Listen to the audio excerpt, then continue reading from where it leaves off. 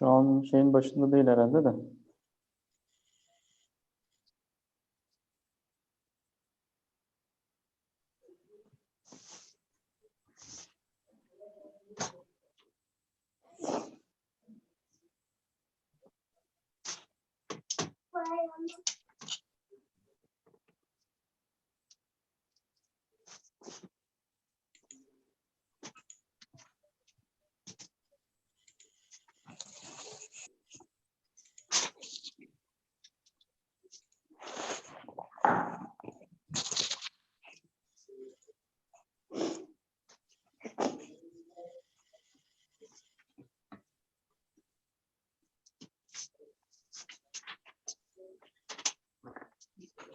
Arkadaşlar şu anda YouTube şeyini paylaştım.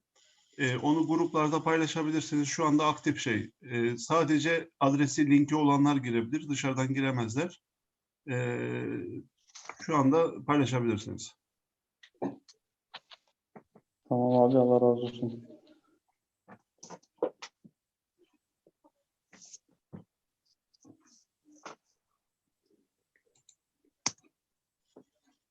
Evet.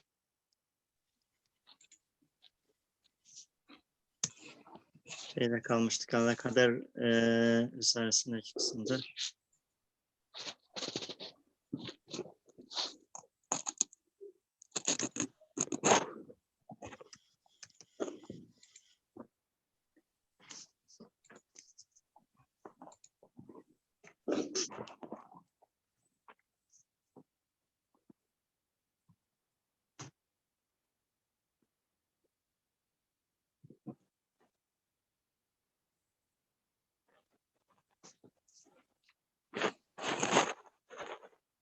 Abi kaderde mi kaldık? Evet. Sayfa Yani 7 idi herhalde. Sayfa 6 mıydı? O PDF'yi kim acaba şey yaptı, derledi ki sayfa sayısı rakamını koymamış. Şey yaparken. Güzel olur yani rakam koymak. O Takip zaman için. Kader Risalesi'nin başı mı? Yok From the yani 26th verse diyor. sayfa 6 PDF'yi açıyorsan sayfa 6'nın sonu. Tamam. Yani şimdi Risale'den parça parça alınmış öyle. Adana hazırlamış olabilir ya. Güzel güzel.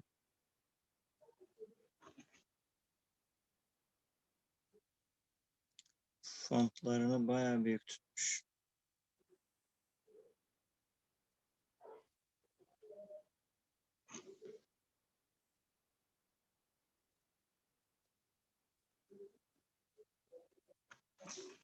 YouTube'da kaydediliyor herhalde değil mi aynı zamanda?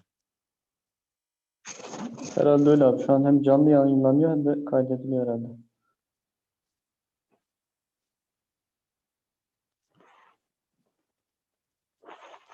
Evet. If you say ile başlayan kısım. 4 dakikamız daha var. Biraz daha bekleyebiliriz. Evet.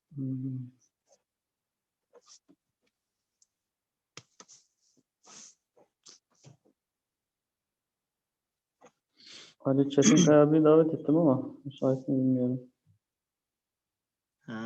Müsaitse bu saatte. Cevap yazmamış.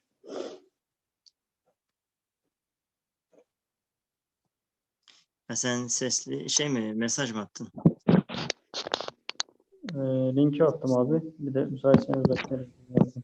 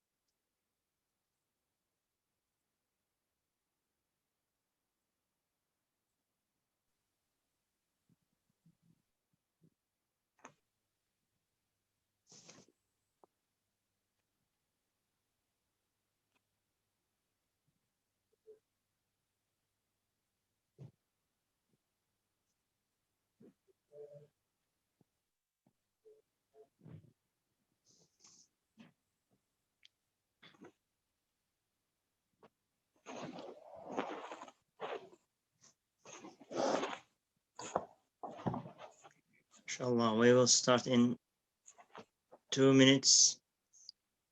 Around 2 minutes, we will start our circle, halaqa, what do you call, lesson. We will continue reading from the PDF. Brothers, they compiled it from the Risale-i Nur, from the various topics connecting with, which are focusing on the misfortunes and the troubles, calamities happening to us. What are the wisdoms behind them?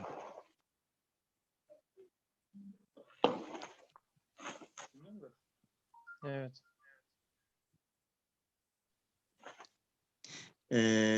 Who can share PDF with brother? He sent message in the group. I think our brother Ahmed, can you send the PDF? One brother wants PDF. İnşallah abi. I can share. I didn't see the message again. Probably. Yes, participants. Yes, inshallah, let's start. Ahmed, and you take care, inshallah. The messages in the group.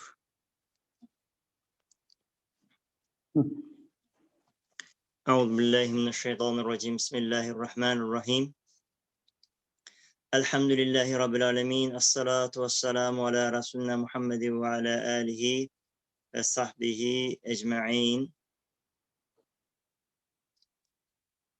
From the 26th word, if you say divine determining has bound us like this. So before starting, let me remind again, the PDF we are reading, it's compiled from the Risale-i Nur Tafsir. So we are at the page 6. It is explaining the manifestations of mercy of Allah, the wisdom and the justice behind the happenings, the troubles happening to us, the misfortunes. So we will continue reading from the 26th word. It's on divine determining qadar. There is a question here. If you say divine determining has bound us like this, limiting us, it has negated our freedom.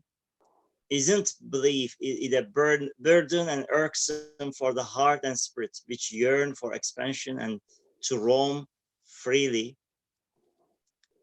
The answer, absolutely not. It's not burdensome. It rather affords a luminosity and the joy, producing a lightness, ease, and spirit, and ensuring confidence and security.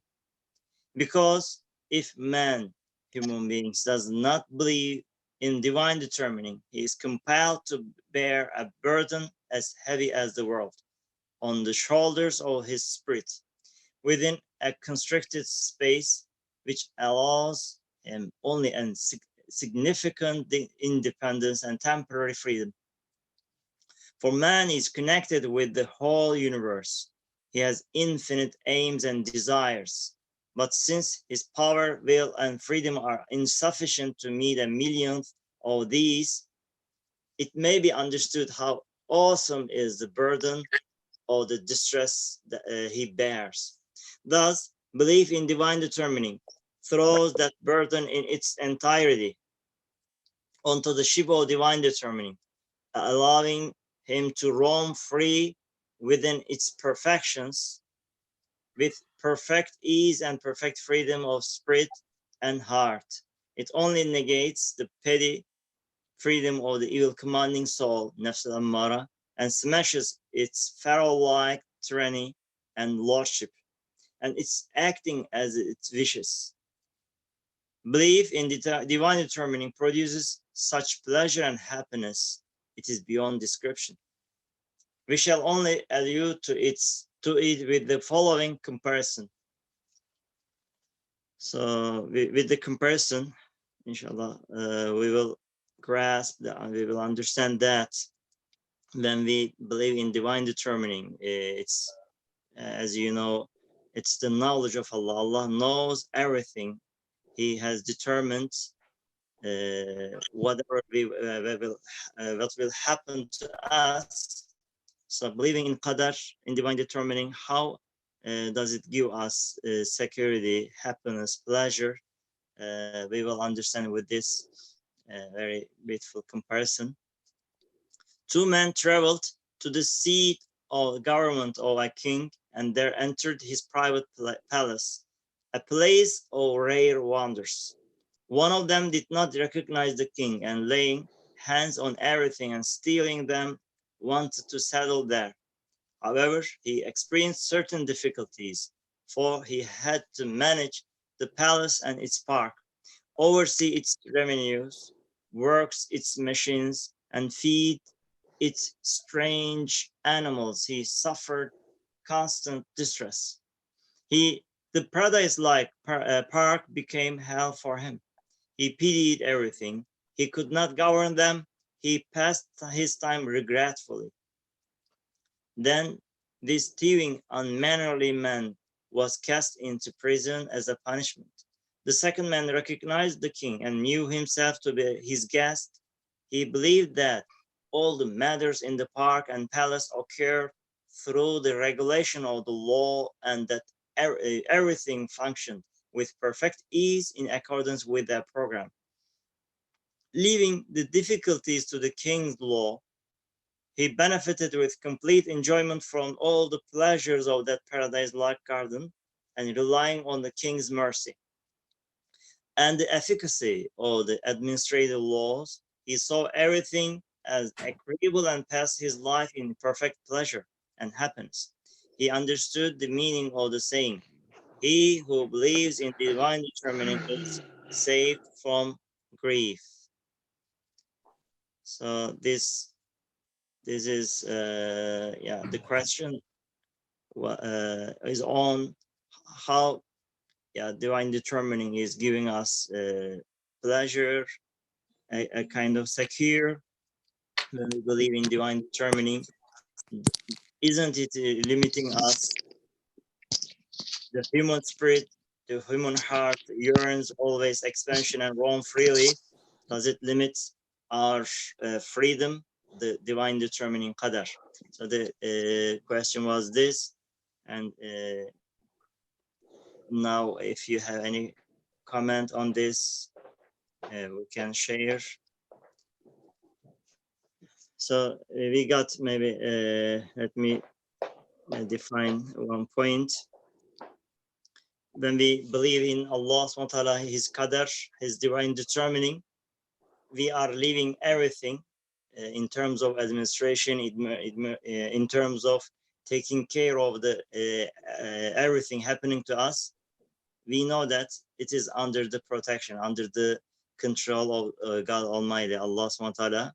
So we don't have any worry about the managing all the happenings, about sustaining the things happening to us. We are acting within the limits of our free will and within the law of the Allah subhanahu wa ta'ala. When we act accordingly to the laws of God Almighty, so there is no worry for a believer. But a person who doesn't accept Allah, doesn't recognize Allah's power and his divine determining, should control everything happening to them. So they cannot, of course, control anything in their lives. So always they worry, they have anxieties happening to them. They cannot control the things like death, like separation, and so on. Maybe bearing the burden of the life on their weak shoulders. it cannot bear, of course, and it causes distress and anxiety without knowing that, as they do not consider, they do not accept that Allah Almighty is controlling everything, sustaining everything. He is the Lord of the worlds. If you want to share your ideas, please feel free. Any comment or any question comes to mind, we can think together.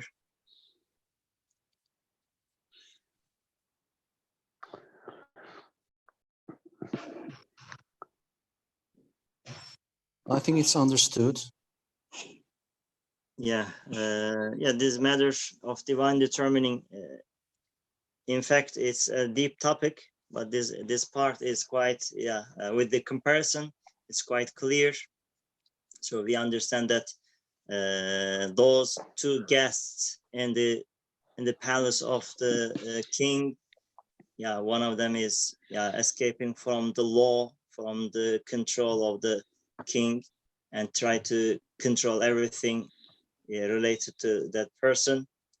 So cannot control, cannot bear the burden of the things happening to them, to him. But as you mentioned, brother, divine determining, one aspect of divine determining is the infinite knowledge. And the infinite knowledge with Allah subhanahu wa ta'ala doesn't have any time. Then with infinite knowledge and without any time, Allah knows everything. But there is another aspect of the divine determining, as far as I know, which doesn't belong to our free will. For example, we cannot decide the calamities. Now calamities are hitting all humanity at the moment. Now it is related with the divine determining. In our life as well, when we face some difficulties, some hardship, maybe we will not desire it. We doesn't desire it, but it hits us. When then that means that divine determining has two aspects. At one side, with infinite knowledge, Allah subhanahu wa ta'ala knows everything, which we will desire, which will our intention also, Allah knows those ones. Therefore, we cannot blame Allah subhanahu wa ta'ala about our actions, since we do not know what it has been written down in the divine determining. But Allah subhanahu wa ta'ala knows everything. But there is another aspect, which is Allah subhanahu wa ta'ala is also providing the things maybe we do not desire it with our free will. For example, we cannot decide about our parents. We cannot decide about some phenomena, some events occurring surrounding us. And then such kind of things, maybe such calamities, some such kind of diseases, for example, illnesses, sickness, are hitting us. Actually, we do not desire it, but it hits us. By that way, how can we react such kind of things? There is, man amana bil qadar imina min al kadar. Whoever believes in qadar, divine determining, then he will be safe about the grief, safe from grief and also sadness. So he will be safe from the grief.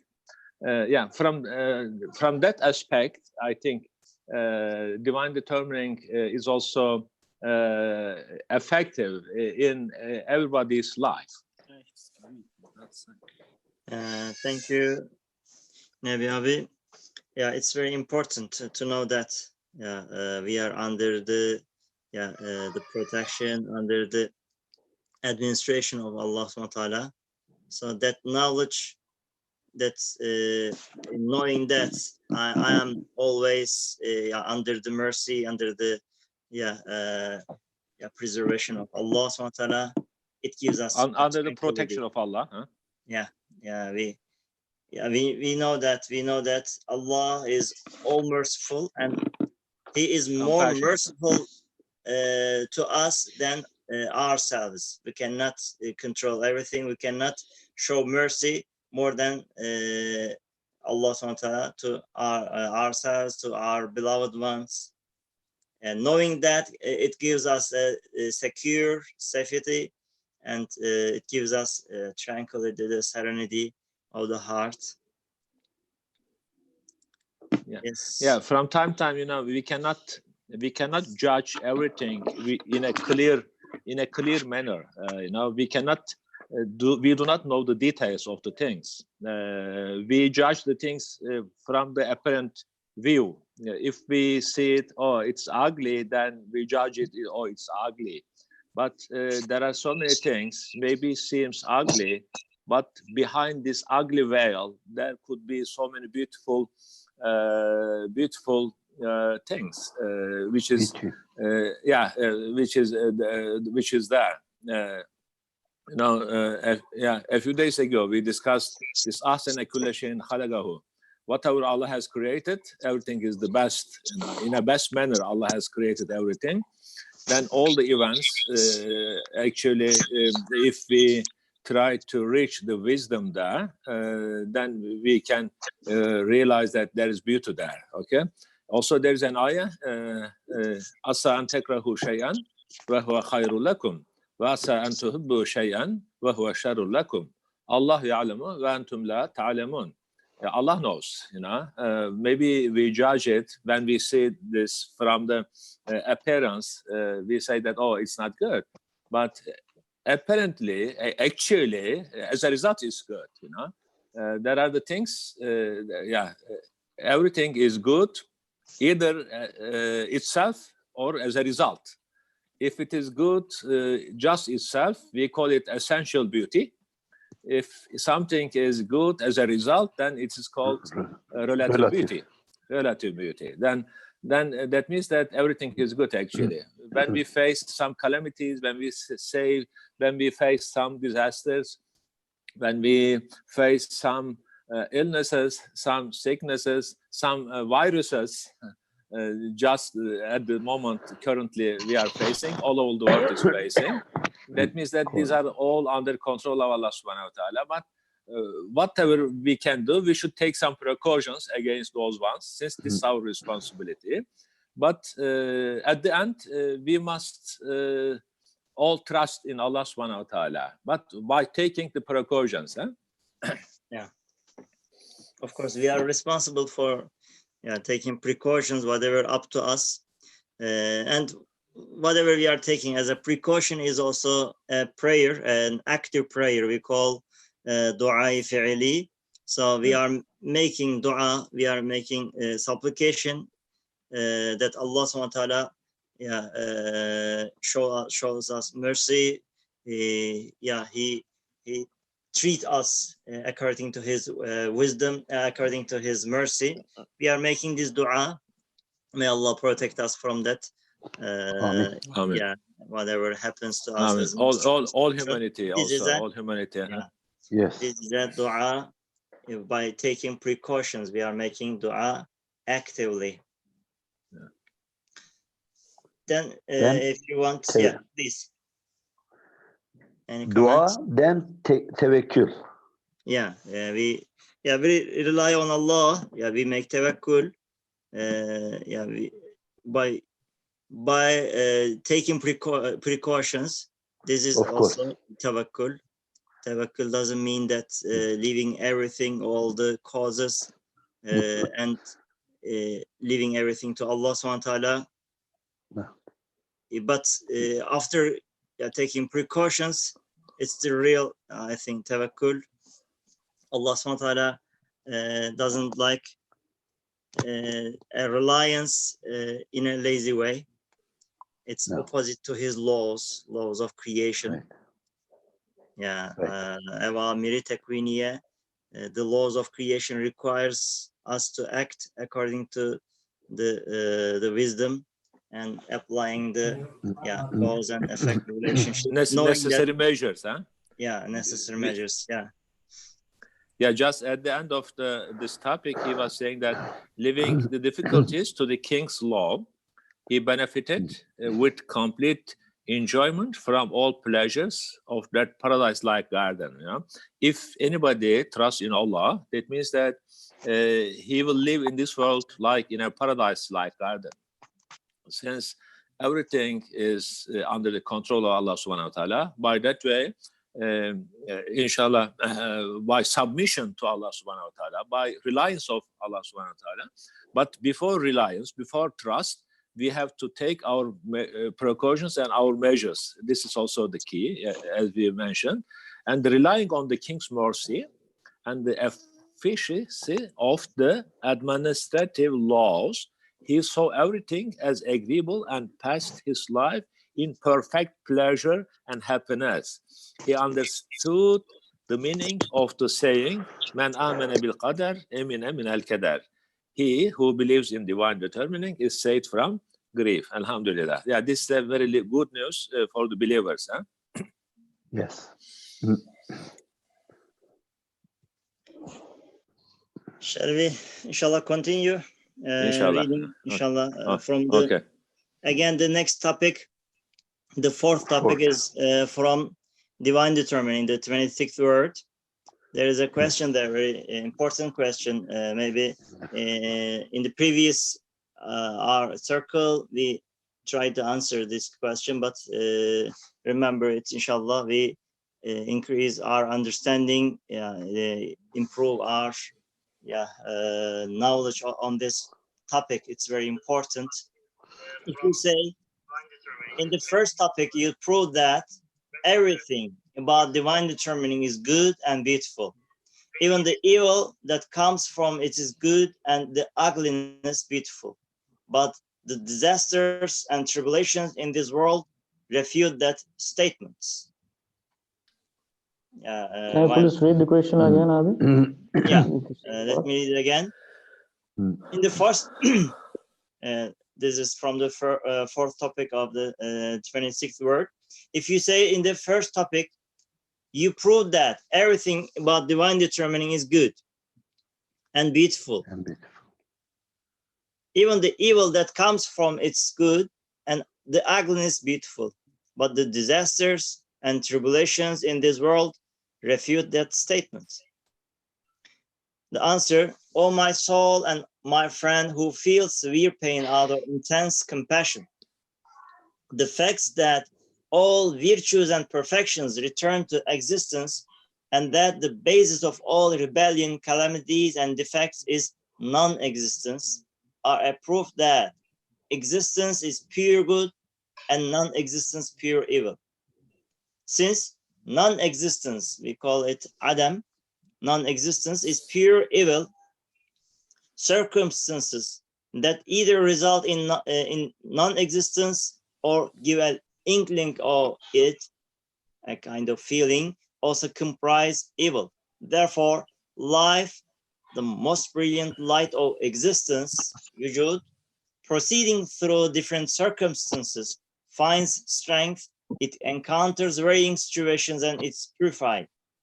It takes on numerous qualities and produces the desired results, and enters many stages and displays comprehensively the impress of the bestower of life's names. The bestower of life, the Muhyi, Allah subhanahu wa ta'ala, his beautiful names showing his the manifestation of his beautiful names comprehensively. It's due to this fact that certain things happen to living creatures in the form of griefs, calamities, difficulties, and tribulations, whereby the lights of existence are renewed in their lives and the darkness of non-existence draws distant, and their lives are purified. For rest, repose, silence, idleness, and rest and monotony are all, both in quality and as conditions, non-existence. Even the greatest pleasure is reduced to nothing by monotony.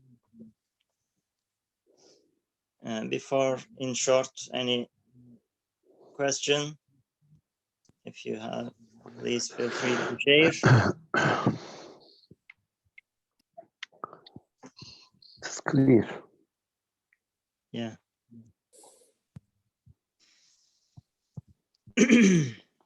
inshallah. Let me read the in short part. Since life displays the impresses of the most beautiful names, everything that happens to it, it is good. For example, an extremely rich and infinitely skillful person who is proficient in many crafts for an hour and in return for a wage clothes a miserable wretch in a bejeweled artistically fashioned garment. This garment he made in order to make the miserable man act as a model and to display the works of his art and his extensive wealth. He works the garment on the man. He gives it various forms and alters it. In order to display every variety of his art, he cuts it, changes it, and lengthens and shortens it.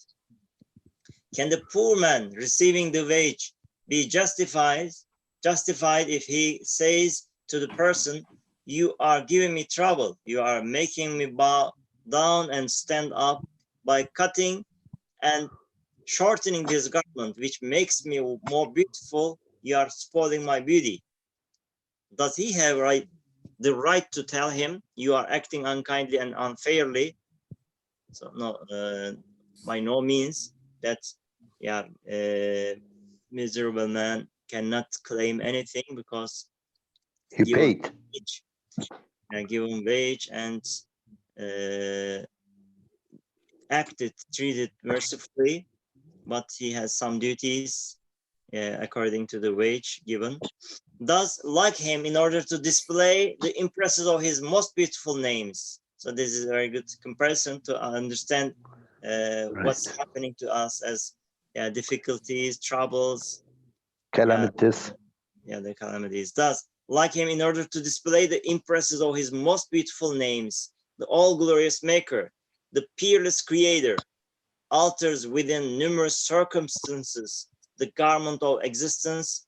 He clothes on living creatures, bejeweled with senses and subtle faculties like eyes, ears, the reason, and the heart. He changes it within many situations. Among these are circumstances in the form of suffering and calamity, which show the meanings of some of his names, Asma'ul Husna, and the rays of mercy within flashes of wisdom, and the subtle instances of beauty within those rays of mercy.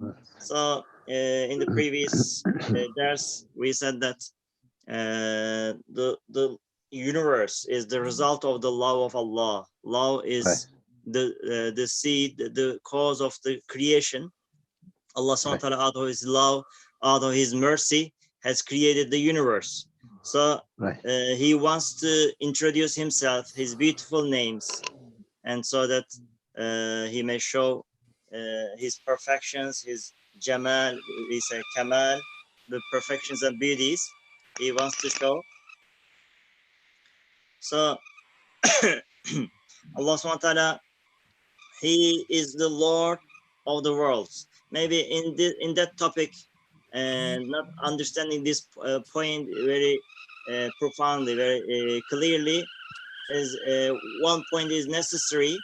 We are the servant of the Lord of the worlds. Allah subhanahu wa ta'ala, he is the Lord, Rabbul Alameen, Lord of the worlds. So in Islam, our relation with Allah subhanahu wa ta'ala is the being his servant. And he is the Lord.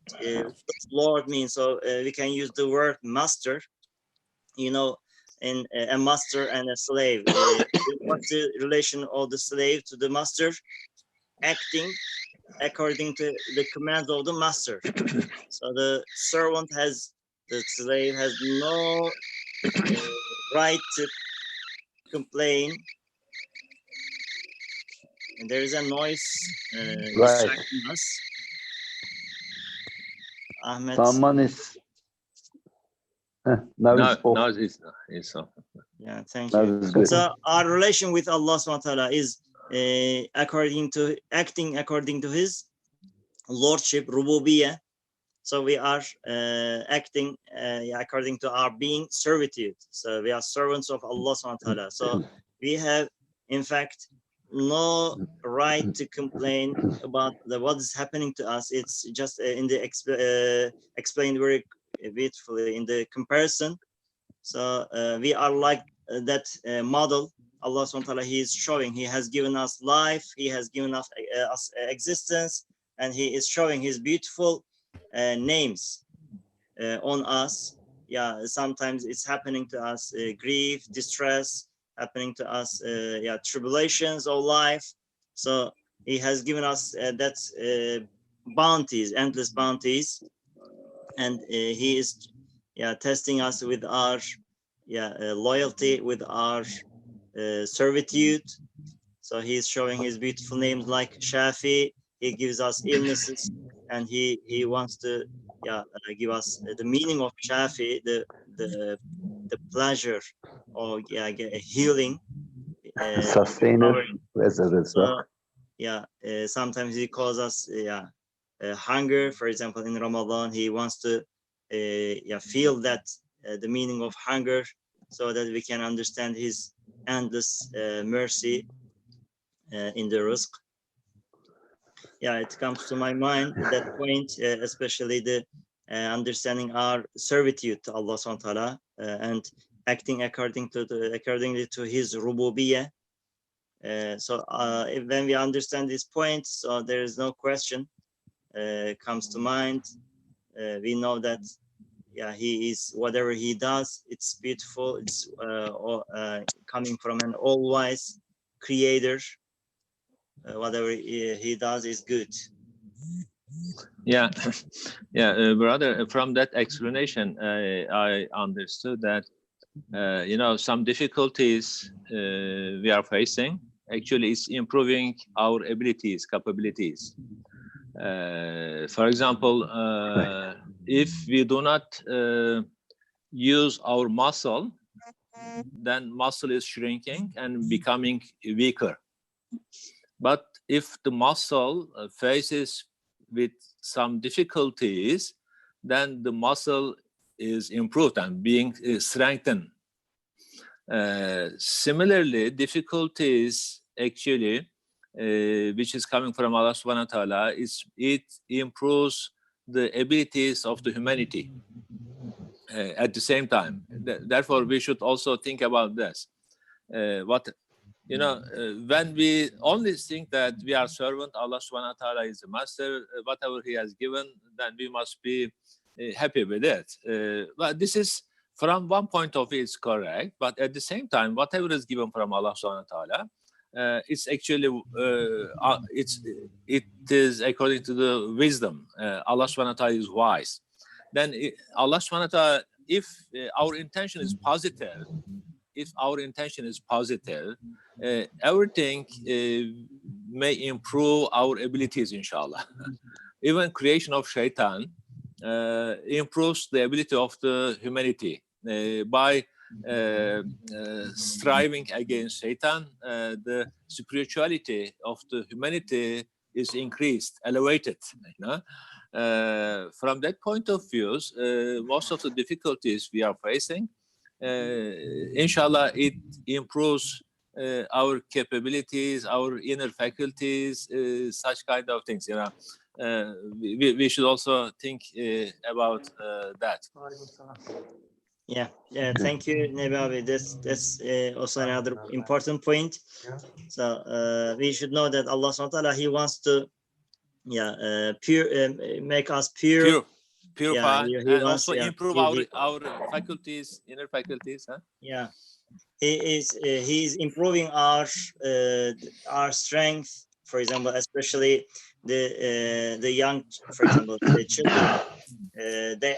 Whatever happening to them is strengthening their personality in their childhood. So giving them more strong and stronger conditions, making them prepare to the difficulties of the life. Any other comments or questions? If you Yeah, have. at the last part of the paragraph, thus like him, in order to display the impresses of his most beautiful names, the all-glorious maker, the peerless creator, alters within numerous circumstances the garment of the existence. He clothes on living creatures, visualed with senses and subtle faculties like eyes, ears, and reason, and the heart. He changes it within very many situations. Among these are circumstances in the form of suffering and calamity, which show the meaning of some of his names, and the rays of mercy within flashes of wisdom, and the subtle instances of beauty within those rays of mercy. Then all those things we face is also an indication of mercy of Allah subhanahu wa ta'ala. Even though they are hardship, even though they seem us as calamity, inshallah, if our intention is positive, if our intention is, if we keep ikhlas, everything is for the sake of Allah, then by that way, our humanity faculties will be strengthened, inshallah. Yeah, I think one of hadiths was stating that any believer, even a calamity hits, he's also any calamity or any bounty comes to a believer. In both cases, he is actually gaining. He is gaining. How? If any bounty comes, he makes shukr. He gives thanks to Allah subhanahu wa ta'ala. By that way, this shukr increases the bounties bestowed, inshallah. If any calamity hits, then he becomes patient, and he experiences sabr. By that way, he will be also benefited with sawab, with good deed reward is given to him. Therefore, any believer, every time he is gaining, actually. Alhamdulillah, that hadith is very beautiful. As far as I remember, Rasulullah sallallahu alaihi wasallam, he says, the condition of the believer is so strange. It means ajib, gharib. So whatever misfortune happens to him, he shows patience and gains sawab. Whatever goodness, bounty is happening to him, he makes shukr and gains sawab in any condition. The believers, those who are believing and acting according to the law of Allah, we are gaining, inshallah. Sawab, Inshallah, Allah make us from the gaining ones. Inshallah. This is the test now, everybody. The test is individual, everybody must judge, and everybody must realize the things just himself. Yes.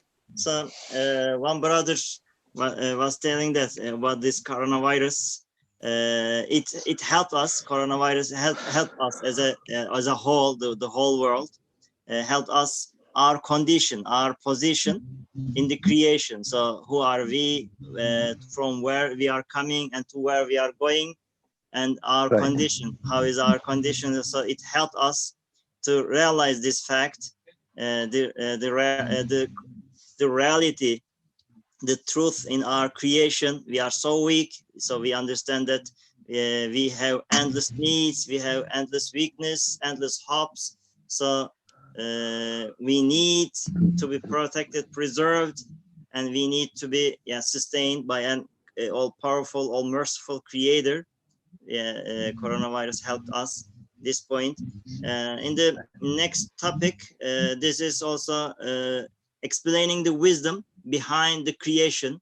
So whatever Allah is creating, it's good, but it may be with the results or in its essence. We call it husn bizat. In the essence, everything is good, whatever created. some of them are with their results. Husnü bil gayr, we call it. So the next topic is on the creation of devils, shaitan. Tapiva, would you like to read that question? Before From the going there, there's a brother who raised hands. I think maybe he. Maybe I didn't see it. Any brothers, who wants to comment on the previous topic? Please feel free Is to. raising hands. Maybe he wants to say something. I didn't see it. So Furkan brothers, please feel free to comment. Brother Gökhan Yavuz. Yes, we are. Anybody Yeah, can maybe- anybody can join. Huh? Anybody can Yeah, of course. Yeah. So They're maybe I the may program, fail to so see. they're just trying some features of it, I think. Okay. If there is no other comment or any question, we can, inshallah, read the next question. Okay. Tapiva, would you like to read? But Tapiva must open his. Okay, now it's okay. Okay. Okay, Bismillah. From the 12th letter, second question, why are devils created? Almighty Allah created shaitan and evils. What is the wisdom in it? Isn't the creation of evil, evil, and the creation of bad, bad? The answer, God forbid, the creation of evil is not evil. The acquisition of or desire for evil, rather, is evil. For creation and bringing into existence, look to all the consequences. I think the text. I'm sorry. That's okay. And touch the screen. I have That's to okay. find the page quickly.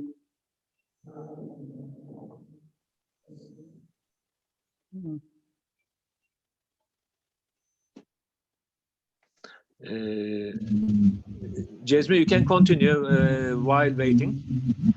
Yeah. For creation and bringing into existence, look to all the consequences. Did it come?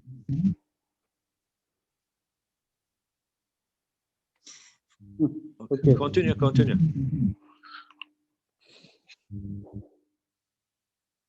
Tapiva? Okay. Yep. I'm just looking for the. I'll start from the answer again. The answer: Yes. God forbid, the creation of evil is not evil. The acquisition of or desire for evil, rather, is evil. For creation and bringing into existence, look to all the consequences, whereas such desire looks to a particular result, since it is a particular relation. For example, there are thousands of consequences of rain falling, and all of them are good. If through mischoice some people receive harm from the rain, they cannot say that the creation of rain is not mercy. They cannot state that the creation of rain is evil, for it is due to their mischoice and inclination that it is evil for them. Also, there are numerous Benefits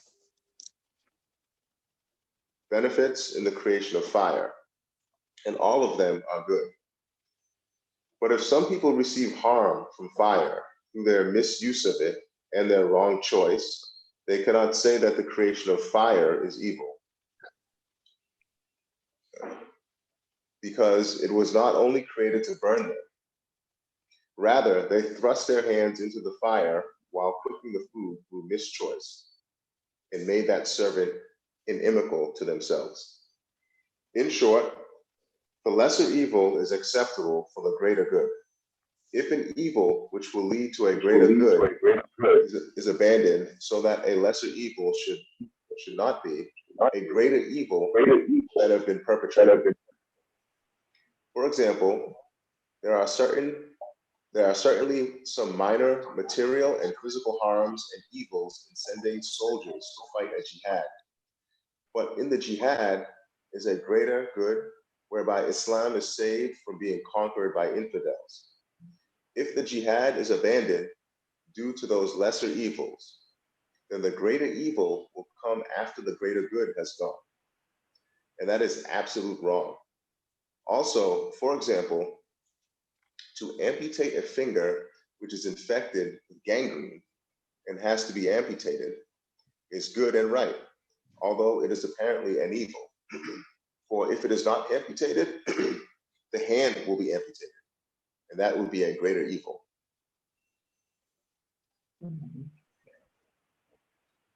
Thus, the creation and bringing into existence of evils, harms, tribulations, Satans, and harmful things is not evil and bad. For they are created for the many important results they yield. For example, Satans have not been set to pester the angels, and the angels cannot progress. Their degrees are fixed and deficient. However, in the world of humanity, the degrees of progress and decline are infinite. There is an extremely long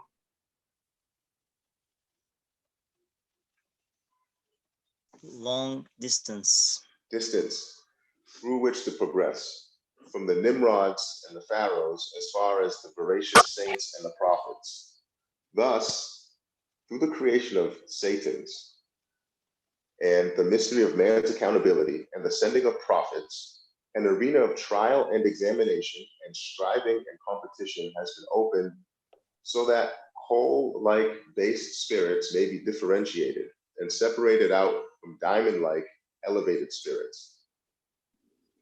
If there had been no striving and competition, the potentialities in the mind of humanity, which are like diamonds and coal, would have remained equal. The spirit of Abu Bakr the Veracious at the highest of the high would have remained on the same level as that of Abu Jahl at the lowest of the low. This means that since the creation of Satans and evils looks to great and universal results, their being brought into existence is not evil or bad. The evils and instances of bad that arise from abuses and the particular causes known as inclination or choice pertain to man's acquisition and choice, not to divine creation. Yeah. The question is, with this question we gain the meaning of Allah subhanahu wa ta'ala, whatever He has created. Of course, it has many wisdoms behind it, many benefits behind it, but acting those, for example, evils, the creation of evil and acquisition, the acting those evils, of course, it is evil. It happens to us with our free choice or abuse. We are causing evil. Allah SWT has created that thing like shaitan, like fire. Very beautiful examples are given here. So they are created for many purposes, and we are turning them into an enemy for us and a harm for us, and evil for us. We are causing evil with our choices, with our acquisition. So here in that there is a rule here: the lesser evil is acceptable for the greater good. So Allah SWT,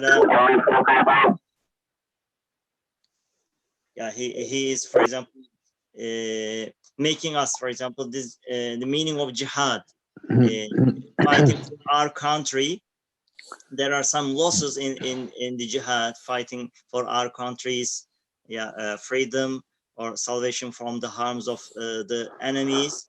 So there are some harms, but we are saved from the assaults of the enemies. So there is a greater good in the jihad, but very little loss or evil, we call. So the example of Abu Bakr, for example, Allah SWT by creating the Satans, for example, he is causing us our abilities to flourish, to improve, to be improved, to be unfolded. We are, as a human being, we have been given the most example patterns, أحسن تقويم, but that abilities need some act, some action, some striving, and Shaitan causes this challenge. So by challenging Shaitan, by challenging our nafs, which is given to us, our nafs, the evil commanding soul, it is given to us so that we strive against it, we fight against it, so that we can gain the ranks, the higher levels of our abilities to be unfolded. So Allah subhanahu wa ta'ala, He has put us in an arena, a test, so that our abilities to unfold, for the separation of the higher spirited ones from the lower spirited ones. Here, very beautiful example of Abu Bakr radiallahu an. Abu Bakr Siddiq is with the test. It is he is separated from the Abu Jahil La'in, so one of the enemies of Islam. Yeah, with the test, Allah subhanahu wa ta'ala, He is distinguishing, separating the lofty spirits from the lower spirits, because they are causing evil with their own free choice, by abusing their free will. Yes, what do you think, dear brothers? Any comments, any questions, please? Actually, brother, just at the answer, at the first sentence, the creation of evil is not evil. The acquisition of evil is evil. Yeah, we must memorize this. Huh? The creation of evil is not evil, but the acquisition of evil is evil. Or doing evil is evil. Huh? Yeah, we must memorize this actually. Allah created the evil. Since you gave a lot of examples. It's also some examples are given here. But the main idea is this: the creation of evil is not evil. The acquisition of evil is evil. Yeah, this is a very important point to be kept in our minds when we look at the creation. Yeah, we see very perfect wisdom, perfect design, and they are all, of course, for giving universal results, universal perfection. Allah subhanahu wa ta'ala He's showing, but of course for the test, some lesser evils also appearing. We call them relative beauty. So with the creation of Shaitan, Allah subhanahu wa ta'ala shows a relative beauty. With the results, its creation is also good. Yeah, that explanation was also thus the creation and bringing in the existence of evils, harms, tribulations, shaitans, and harmful things is not evil and bad, for they are created for the many important results they yield. For example, shaitans have not been set to pester the angels, and the angels cannot progress. Their degrees are fixed and deficient. However, in the world of humanity, the degrees of progress and decline are infinite. Yeah, in the world of humanity, now we are facing such kind of things. Then in the world of humanity, the degrees of progress and decline are infinite. Progress is also infinite, decline is also infinite. Human being can be at alay illiyin, or at the asfali safilin, at the lowest of the low, or at the highest of the high. That means that humanity can go beyond the level of the rank of the angels. For example, Prophet Muhammad ﷺ showed this in Miraj, till Sidratil Muntaha, Jibril alayhi salam accompanied the Rasulullah sallallahu alayhi wasallam, but after Sidratil Muntaha, he couldn't go beyond. but Rasulullah sallallahu alaihi wasallam was beyond and Qab Qawsayn and with face with Allah subhanahu wa ta'ala. This is also showing that the humanity, the level of humanity can be much higher than the angels. But this is potentially there. If anybody applies the rules and regulations, then he may see in his life, maybe, you know. The angels cannot progress. Their degrees are fixed and efficient. However, in the world of humanity, the degrees of progress and decline are infinite.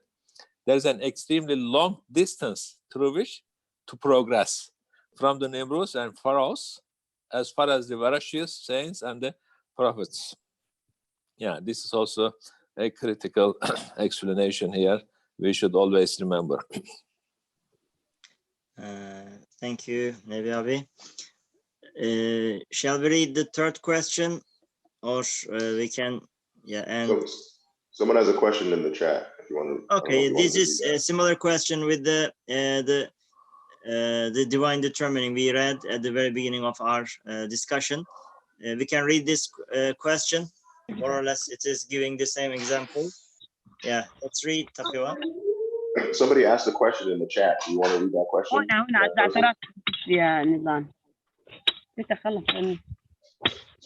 Ahmed, brother.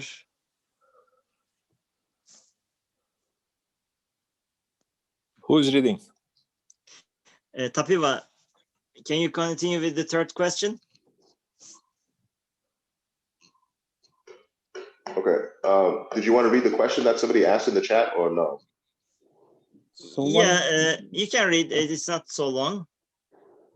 No, I think there is another question from the group. Okay. We waited for the question, but we heard other noises or voices. No, they typed in a question. Somebody in the group typed a question into the chat box about 10 minutes ago. Okay, rather than typing, maybe it's better to ask directly. Or if typed, maybe Tapiwa can read it. Okay, I can try to read it. They said, can you give a comment, hold on. They said, can this be related to Adalati, Masa, and Izafia? I think it's what it's called. Adalet Izafia. Adalet Masa, Adalet Izafia. Yeah, Adalet Izafia. Pure justice and relative justice, huh? So I asked the question. So I meant like that when we say it in the beginning of the paragraph, as we said, yes, together with the minor evil in creation are numerous instances of the good. Like, I mean, like it said, like for better good, for greater good, we may accept the less like evil, as I understood. Is that can be related somehow with Adalet Mahsa or Izafiyya? I think really couldn't relate it. Nebi Abi, can you relate it? I don't know. Yeah. I think the station of the topic is maybe different from the Adalet Mahza, Adalet Haqiqiyya. Here is but if this concept is applied in humanity, for example, in order to reach the best level, maybe we can accept some less evils. Maybe in our humanity, if we apply this, maybe it is called Adalet Mahsa and Adalet Izafiyya. This is Adalet Izafiyya. Then the justice, relative justice. The other one is pure justice. At the pure justice, no evil is accepted. But in the creation of Allah subhanahu wa ta'ala, I do not know whether we are in the position to evaluate this from that point of view. I'm not sure about it. But yeah. Maybe we can ask him. Sorry, I disturbed you. You can continue, maybe. Okay. If Ali Çetinkaya Abi is there, maybe he can give an explanation. I have just joined. That's why I'm listening now, inshallah. You know, Allah subhanahu wa ta'ala created everything, you know. There are some lesser evils we see. Then at the explanation of this 12th letter, lesser evil is acceptable to reach to good, the best ones. Greater goods. Yeah, greater goods. Can this be also evaluated as pure justice and relative justice, adalet-i mahza and adalet-i izafiye? And I was saying that if this rule, if this regulation is applied in humanity, maybe we can judge it adalet-i mahza or adalet-i izafiye. But if Allah subhanahu wa ta'ala is creating the things, I don't know whether we are in the position to state this is adalet-i mahza or adalet-i izafiye. That was the subject. You can now raise your opinion, Brother Ali.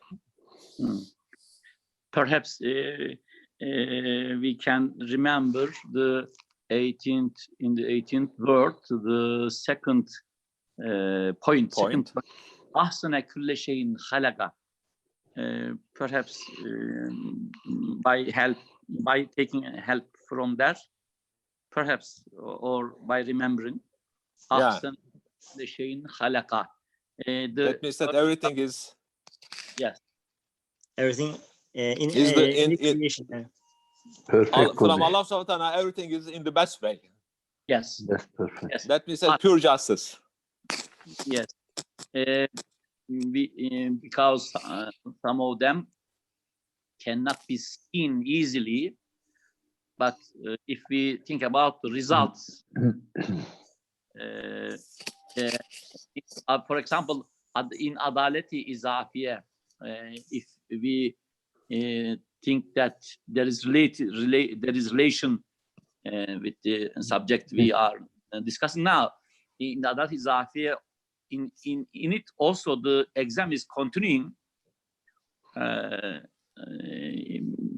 Perhaps the person, if the person who thinks that adalet-i izafiye is necessary, but if he catch the opportunities to he should prefer it. For example, I think this is a process. Perhaps during the exam, and there is exam in exam. Okay. Yes. I think it's enough. Huh? We can continue and read and third question and finish. Huh? Afterwards. Yes. Okay. Yeah, we can, inshallah, read the third question. Are you available, Tapiwa, or yeah? Okay. Third question. Almighty Allah sends calamities and inflicts tribulations. Is this not tyrannical towards the innocent in particular, and animals even? The answer, God forbid, the sovereignty is his. He holds sway over his possessions as he wishes. Moreover, a skillful craftsman makes you a model in return for a wage and dresses you in a bejeweled garment that he has most artistically fashioned. Then, in order to display his art and skill, he shortens it and lengthens it, measures it and trims it, and he makes you sit down and stand up. Are you able to say to him, "You have made the garment, which may be beautiful, ugly. You have caused me trouble, making me sit down and stand up"? Of course you cannot say that. If you did say it, you would be crazy.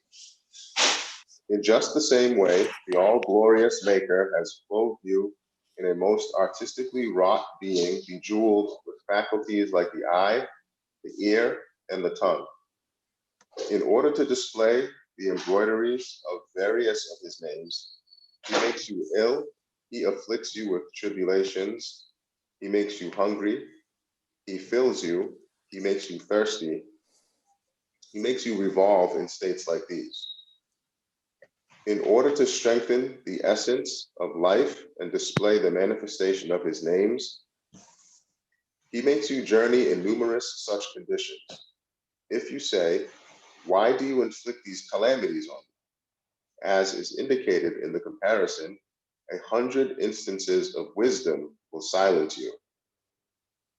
In any event, calm, repose, idleness, monotony, and arrest from action are forms of non-existence and harm. Action and change are existence and good. Life finds its perfection through action. It progresses by means of tribulations. Life manifests various actions through the manifestation of the divine names. It is purified, finds strength, it unfolds and expands. It becomes a mobile pen to write its own appointed course. It performs its duty and acquires the right to receive reward in the hereafter.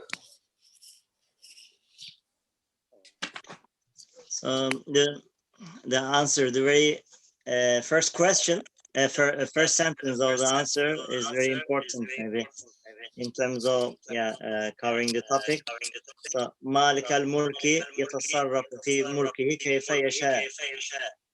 So Allah subhanahu wa ta'ala, he is the Lord, he is the Sultan of the universe. So whatever he does, of course, he has full possession, he has full right to act as he wishes, because he is the creator, he is the real owner of everything. So if we for example, if we see a person is acting to his car or to his property in a wrong way, we cannot claim anything. What are you doing to your property? Of course, it will be meaningless, because that car is belonging to that person.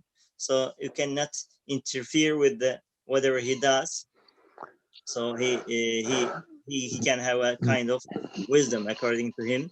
So Allah Subhanahu, he is the real owner of everything. So it's not, we cannot call it as tyrannical, whatever happening to us, either innocent or non-innocent. It may be animals or so on. So everything is his property, everything is his possession. So but we can consider this as the truth part. But when we come to the wisdom part, so there are many wisdoms behind those happenings. It may be called as misfortune, or it may be called as the calamities, to tribulations inflicting us. So we can consider what is the wisdom behind it. So Allah subhanahu wa ta'ala is showing his beautiful asma, the embroideries of his asma al-husna. So he is showing us ism shafi with the illnesses. He is showing us his mercy while giving us hunger and so on. And with some difficulties, the abilities are improving. If anybody, if we see somebody, he is putting the wheat grains under the ground, but this doesn't know how the agriculture is done. Only he knows that the bread is made up of the wheat. But somebody is putting the wheat under the ground, and after maybe irrigation, why you are putting this seed under the ground? It will perish there. He may not understand the wisdom there. Then he can be against this action. But actually, if he knows that how the farm is done, how the agriculture is done, then okay. After putting the seed under the ground, the abilities of those ones will improve. Then he will go to the air side, and he will become. It will become maybe a tree, fruit-giving tree. Similarly, the maybe abilities of the human being with some difficulties, just at the apparent way, maybe we can say that, it's ugly, it's not good, but the abilities will be unfolded by such kind of difficulties. Therefore, we should always try to reach this wisdom. We should not judge everything according to the appearance, but we should try to reach to the deep meaning. What's there? There is a veil. Behind veil, what is existing there? We should try to reach this reality, I think. Yeah, thank you. Maybe abi, any other comment on this question and answer? Perhaps we can read, or we can remember the fourth remedy of the 25th flash for the sick. Fourth remedy. We can remember, or rather can read it. If you summarize, abi, would be nice also. Because Perhaps the last sentence we can remember. I'd like to share. Since suffering and calamities show the decrease of some of his names, you told. Since suffering and calamities show the decrease of some of his names, within those flashes of wisdom and rays of mercy are many instances of good to be found. If, especially this sentence should be remembered, related to our subject, if the veil of illness which you fear and loathe was to be lifted, the example brother gave now, lifted, behind it, you would find many agreeable and beautiful meanings. Behind it, again, we can remember the verse, Ahsene kulle şeyin halaqa. Behind it, you would find many agreeable and beautiful meanings. Yes. MashaAllah, thank you. Thank you, Alabi. This is a very important point. We are unable to see the beauties behind the tribulations, whatever happenings to us, like this coronavirus. So we don't know whatever Allah has prepared for us as mercy, as from His endless wisdom. Yeah. If we were able to see behind that veil, we would say, "Oh Allah, continue your mercy, your rahmah, your beauties, to come." Sorry. Actually, individually, we should try to make benefit from that. Since every individual has responsibility towards Allah Subhanahu wa Taala, then how can we make use of this situation for our improvement, for our spiritual elevation, or for dawah, for spreading the Ilahi Kalimatullah to the others? Then we should focus to our responsibilities in every time. I think we should focus our responsibilities and duties. What can we do now? What can improve ourselves? What can try to share those meanings to the other people which are in need of reaching such kind of matters? Yes, and perhaps, especially we can remember the 24th remedy, first paragraph, the illnesses of innocent children. What are the wisdoms, for example? A lot of questions are coming about that. The illnesses of innocent children. And the ill looks to, as you know, to their future in this world and hereafter, not the past of them, for example. That's why perhaps we should choose our words as we are speaking the wisdoms of disaster and illnesses, because the wisdom looks to children, the wisdom looks to youth, the wisdom's perhaps priority can change. There are a lot of wisdoms. That's why we should remember that everything has a lot of meanings, not one meaning, one side, one aspect, a lot of aspects. If we remember I think it becomes easy to understand. I'd like to share a few sentences from the 24th remedy. It is established by the people of reality that the illnesses of innocent children are like exercises and training for their delicate bodies, and injections and dominical training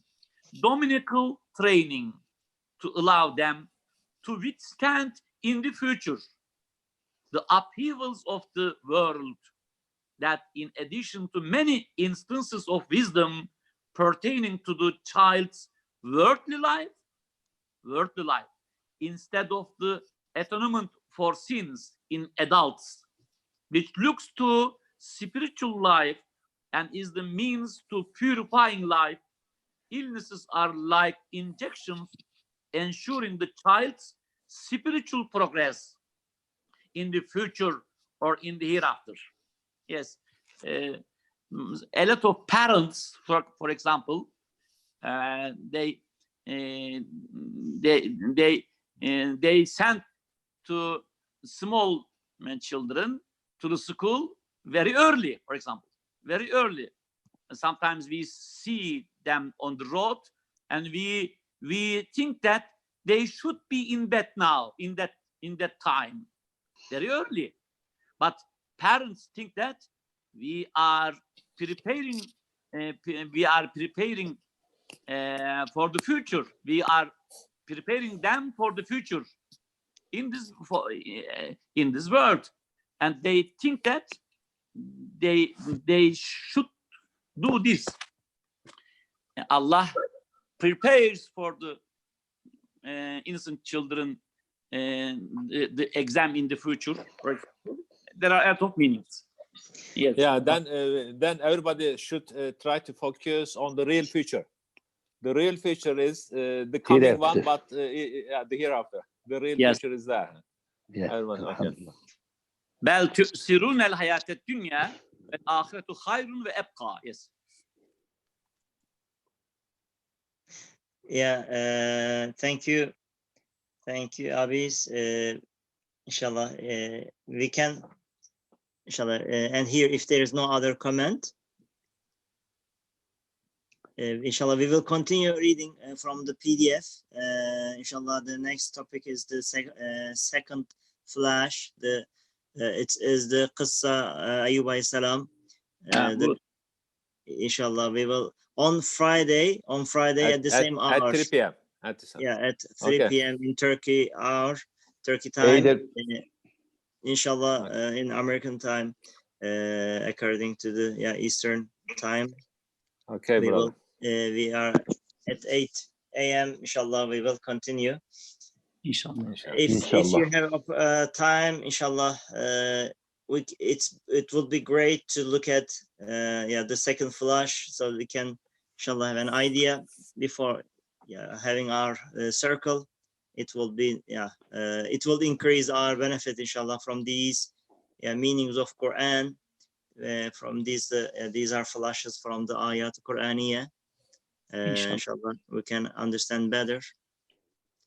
It will be nice, inshallah ta'ala. Inshallah. Jazakallahu khairan. Amen. Thank you very much, brother. Jazakumullahu khair. Jazakumullahu khair. May Allah protect us from the inshallah tribulations and calamities. Inshallah. We should make dua both actively and inshallah verbally. Inshallah. Inshallah. May Allah reward you abundantly. See you Friday at 3, inshallah. Ameen. Ameen. Subhanaka la ilma lana illa ma 'allamtana innaka antal alimul hakim. Wa akhiru da'wana anil hamdulillahi rabbil alamin. Al-Fatiha.